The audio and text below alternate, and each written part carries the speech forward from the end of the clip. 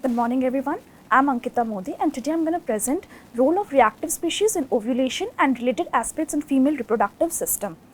So in a typical menstrual cycle, just before the LH surge, there is cumulus cells. They produce extracellular hyaluronic acid matrix which brings about cumulus mucification and its expansion, which is very important for the ovulation to take place. And induction of inflammatory genes takes place at this phase at the pre-ovulatory follicles by the LH surge. So the reactive oxygen species, they originate from the inflammatory cells like the macrophages and neutrophils, which are massively recruited in this LH surge, and their depletion impairs ovulation. In specific, the cycloogenase 2, the expression of this this is very much is the hallmark for LH induced ovulation, and it's associated with inflammation and generates reactive oxygen species. So in general, if you want to study the role of any reactive species in a system, so we take the antioxidants and scavenge the reactive species from that system, and how that activity, the functioning of that thing gets affected, we study if that is gone. So that is how it is, the role it plays in that system. So in this first study, they wanted to study the effect of this scavengers of reactive oxygen species, the butylated hydroxyanisole and the N-acetylcysteine. So they mixed it with the vehicle, that is sesamis oil, injected into the bursa of the ovary, and then the various studies were continued. So the aim was to find out the role of reactive species, which is very remarkable in the process of ovulation. So it was seen that the administration of antioxidants like BH and NAC, with these introduction, the number of ovulated oocytes, they decreased. Then with H2O2, we can see here that it is it is able to induce expansion of cumulus cells for pre-ovulatory follicles, but when it is mixed with BHA, it is reduced again, which is an antioxidant. Similarly, the LH added to follicles exposed to antioxidants BHA and NAC failed to induce progesterone secretion. So the main takeaway is that the introduction of antioxidants that significantly reduces the ovulation rate. So the mechanism involved is the interaction of LH. This LH, it reacts with the LH receptor, and it provokes the inflammatory like response, which involves generation of reactive oxygen species, and this is involved in activation of the PK signaling and the MEK signaling cascade. So the next aim is, how is this reactive oxygen species importance in the ovulatory efficiency, which is defined as the total number of ova divided by the total number of large follicles. So if this inhibition can be achieved by the toxic metabolites with SOD catalase, and how it would affect the humanochorionic gonotrophic induced follicle rupture or oocyte maturation. So it was noted that with the introduction of SOD treatment, the ovulatory efficiency reduced from 82 to 30% with SOD treatment and 96 to 29% with SOD plus catalase treatment, and the mean ovulation rate was significantly prolonged in case of SOD plus catalase, that is 9.3 days. But you can see when it is only catalase used, it is quite similar to that of control, but when it is mixed with catalase and SO2, that means that time it is the ovulation rate is increasing, because the H2O2 inactivates the SOD slowly and irreversibly. So the addition of catalase may have been protected the SOD activity by inactivation of the H2O2. And also it was noted that the progesterone concentration, it significantly increased in the ovaries when it was treated with SO2 and catalase. So the next aim was to find out the SOD levels during the cyclic phases. So C12 and C6 is the particular day, the 12th day or the 16th day of the cyclic phase, and P is the pregnant female. So in this paper they compare with the pregnant and the normal, but I am concerned only with the non-pregnant one. So C12 and C16, so it can see the expression of SOD2, it significantly increases from the mid-luteal to the late luteal phase in females. So this is due to the upregulation of inflammatory cytokinins. So next aim was to find out if the oxidative stress plays a significant role in granulosa cells, which induces apoptosis. So normally when a follicle, whether the number of ova which a female is born with is constant, so it's only 1% that goes into the ovulatory phase and other 99% is in atresia. So this FSH, it kind of helps take over folliculogenesis. So this same thing was mimicked by SOD treatment, and we can see that accumulation of superoxide anion, it was involved in triggering granulosa cell apoptosis, and the same thing was observed again in ascorbic acid, which is a free radical scavenger, and it suppresses apoptosis. So the key takeaway is that the atresia of ovarian follicles may be initiated due to the inadequate protection of maturating granulosa cells from damaging effects of reactive oxygen species.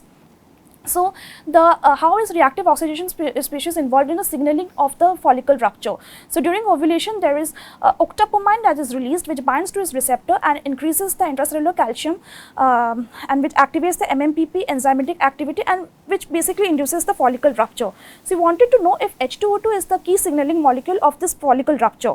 So here, as you can see, the SOD level, which is at the overexpressed condition. So this has a high concentration as compared to the control, and as compared to the knockout, which is minus here. So same thing, it is minus and low concentration, it is still again at a higher concentration.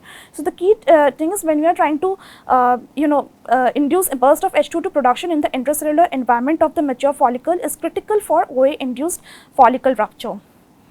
Now the key characteristics of a oocyte aging are basically the enhancement of the ooplasmic microtubule dynamics and the premature release of cortical granules.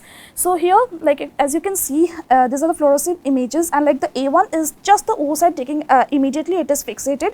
B1 is when it's treated with a small concentration of free radical oxygen 0.12, and B2 is 0.2 micromolar of oxygen free radical, and C against the control after without oxygen. So you can see the gray creamish color, which is quite OMT, is marked, which is high, which is a characteristic of oocyte aging. So with a higher concentration of oxygen free radical, it is increasing, and similarly the mark loss when CG status, it is kind of mark loss in B2 groups. So this again the same thing was observed in HOCl also, and also H2O2, but H2O2 you can see that the aster is being formed when a higher concentration of HOCl H2O2 is used. So in general, oxygen free radical, H2O2 and HOCl, they enhance the aging phenomena. The role of reactive oxygen species in ovulation: with the aged ovary, there is cases of infertility, and the with repeated ovulation, there is oxidative stress, which might to exposure oxidative stress during ovulation, which might seem to underlie the mechanism of ovarian aging. So this was studied with the effect of antioxidants and the ovarian expression of the enzyme in case of repeated ovulation, which was achieved by the introduction of PMSG and HCG. By term, and it was noted that no matter how much amount of antioxidants you are trying to provide, it is not able to suppress the decrease in the number of oocytes with the aging ovary. And then the role of, wanted to study if the reactive oxygen species is its role in the meiotic reassumption in follicular oocytes. So we saw here the PMSG and the STG when it is injected into the female mouse over there. So there was a significant increase in the reactive oxygen species, which was observed in the cytoplasm in the cumulus oocyte complex, and from the when it was treated with both of these. So especially the H2O2. So increase in reactive oxygen species is associated with meiotic resumption from the diplotin arrest in follicular stages. Yeah. So the next was roles of BPA bisphenol A in ROS. So it is found basically in plastics and disrupting material, high binding affinity. So we wanted to study the developmental effects of prenatal and postnatal exposure to BPA.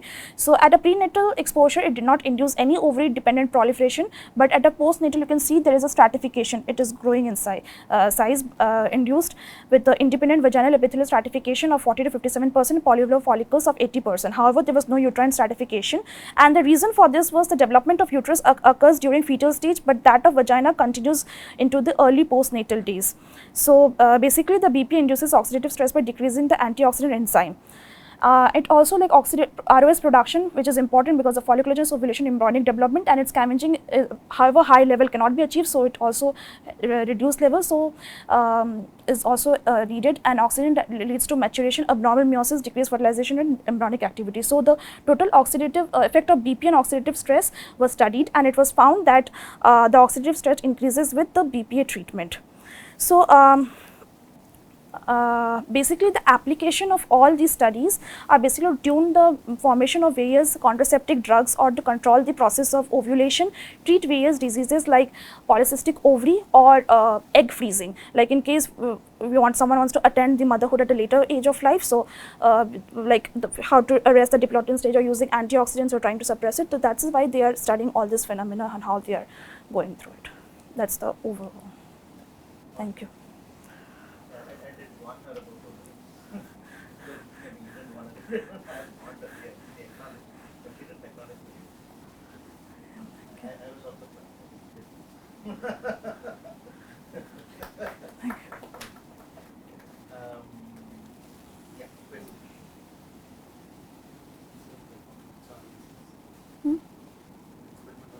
It is from different papers were from different organisms. The first one was from a mouse, albino mouse. Then after that there was rabbit used. And see, normally whereas like when mouse and all, they have oestrus cycles usually, and human have menstrual cycle, but still the hormones, everything are similar over there. The rabbit is also there. Different papers, different organisms are there.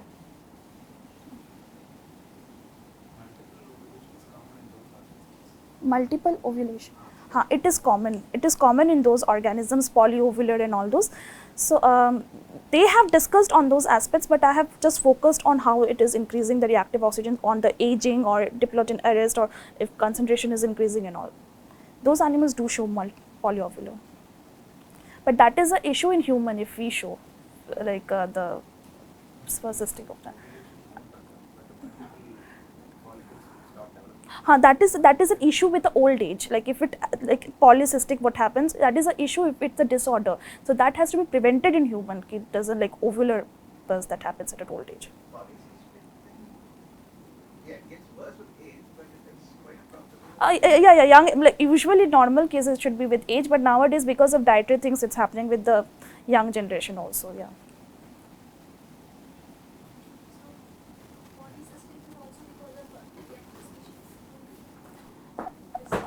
No, because what happens that polycystic, normally one ovum should be released from one mature follicle. Okay, so some signaling issues happen because this antioxidants and all, they're supposed to suppress, and then one ovulation. So what happens, it starts kinds of compiling the follicles. They start, instead of one follicle, it starts making a bunch of it. Yeah, cyst type of thing. So because of the signaling and that antioxidant present.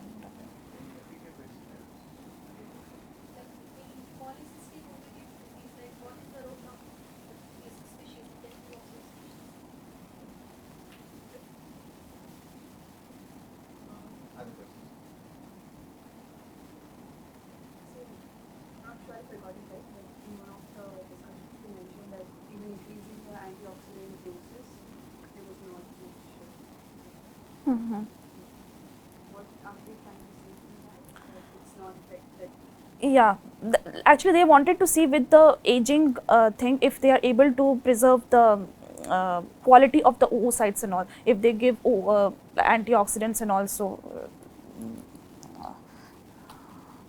yeah, they suppress the number of oocytes. If like even if old age, like you have 45, 50 years of age, if you're still able to produce the same number of oocytes like what you used to have in your young age, 15, 16 years. So no matter how much ever you try to put antioxidants so that you suppress, it's not working. So you can't have a control on that. In case if all of these studies work and you're able to come up with some treatment or something, how would that even work? Are we supposed to daily administer from a very young age to No, how would it even work? no, it's like protecting the ovum, like that will also degrade with age, right? So with age, not just the ovum, I focused your ovum, but also the uterus, the ability to hold the embryo and all, everything deteriorates with age. So the concern is that the ovum is safeguarded over there. So they're trying to find out ways ki like that quality, the whatever is there, so that is able to be safeguarded using if antioxidants and all those things can be taken care of. Anti-freezing is there, but it's very expensive, ovum freezing in cryopreservation.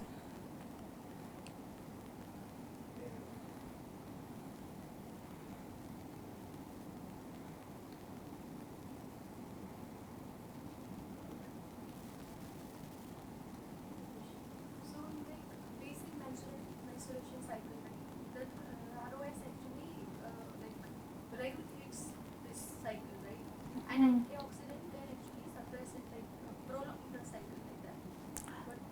No. ROS basically it is needed. See, where is the mechanism? Yeah.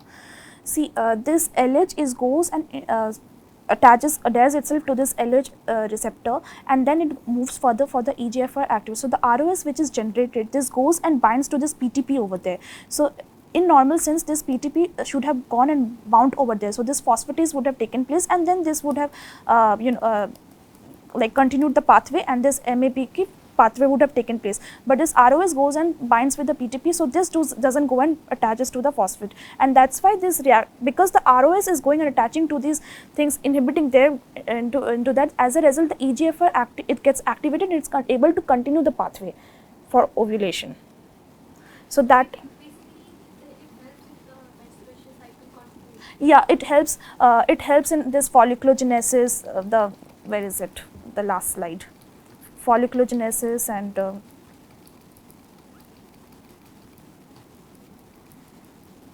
yeah, production, folliculogenesis, ovulation, and embryonic development. And however, a lot is not needed, so it has to be scavenged. Otherwise, it causes oxidative stress, germ cell apoptosis if the higher cell was there, or infertility.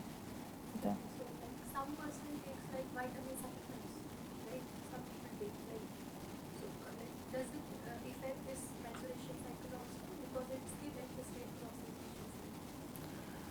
Vitamin C. Yeah, people take vitamin C supplements. So